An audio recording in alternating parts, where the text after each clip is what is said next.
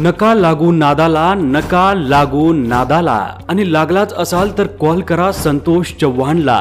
दारू, गुटखा, तंबाखू, सिगरेट ही आहेत ती यमाची 4 रूप. ही काही मजा नाही, ही आहेत साक्षात मृत्यूचे दरवाजे. कधी कुणाला नेतील, कसं नेतील हे कळत सुद्धा नाही. भारतामध्ये दररोज 50 पेक्षा जास्त लोक दारू, गुटखा, तंबाखू आणि सिगरेट मुळे आपला जीव गमावतात.